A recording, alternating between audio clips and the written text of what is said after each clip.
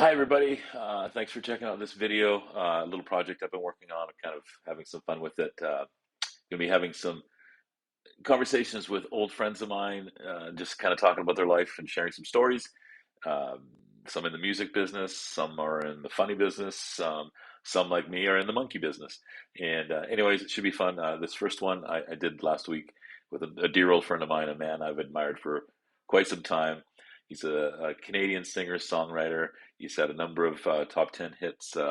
He's had a record deal with the RCA in America and a number one hit that had a lot of airplay. I hope you enjoyed it as much as I enjoyed talking to him. Good friend of mine, Mr. Jim Foster. Enjoy.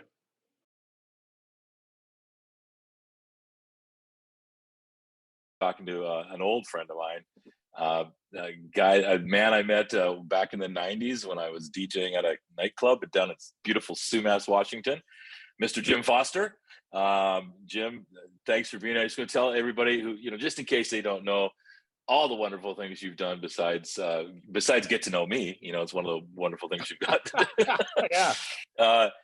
Jim is a Canadian singer, songwriter. He's had some top 10 hits back in the 80s. And I think in 86, you signed with RCA. You got an American RCA That's right. deal. Yeah.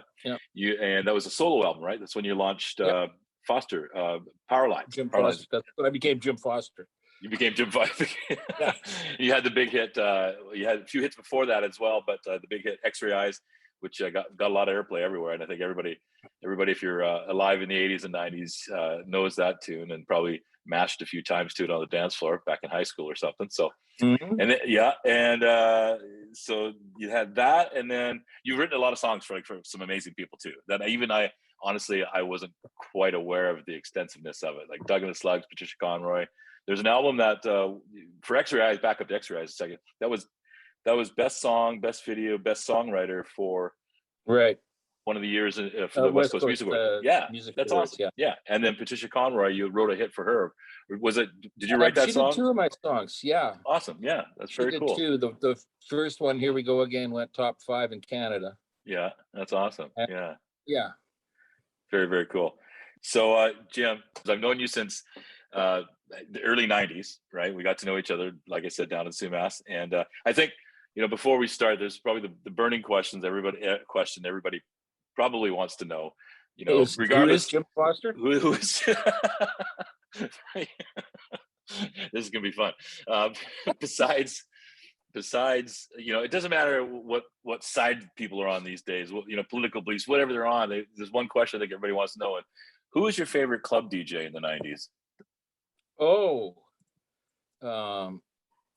Uncle Dirty. I was hoping you'd say me, but I was going to say you, but then I thought that would be just brown nosing, Yeah, this is my show. It was you, Bill. Yeah, of course. No, so you grew up on the East Coast, right? Canada, is that right? No. You grew up on the West Coast. I was born in Victoria, and then we moved back to Alberta when I was 8. Oh, yeah. Whereabouts in Alberta did you live? Everywhere. Literally moved. I was in I think I went to 12 schools in 12 years. Wow. Sometimes 3 in 1 year. Yeah. So we moved to Edmonton, then we moved to Calgary, then we moved to Lethbridge, then we moved to Edmonton, then we moved to Calgary. That's crazy. Did you ever live in Medicine Hat? No, I played there though. Did you? Yeah. I remember breaking I went down a ski hill without a ski, and we were loaded up, Hey, let's start this. How old were you when you did that? I was probably 23, 24, and took out my knee. Yeah. So then I had a cast, and we were broke. I had an old 64 GMC pickup truck, and I had a gig in Medicine Hat.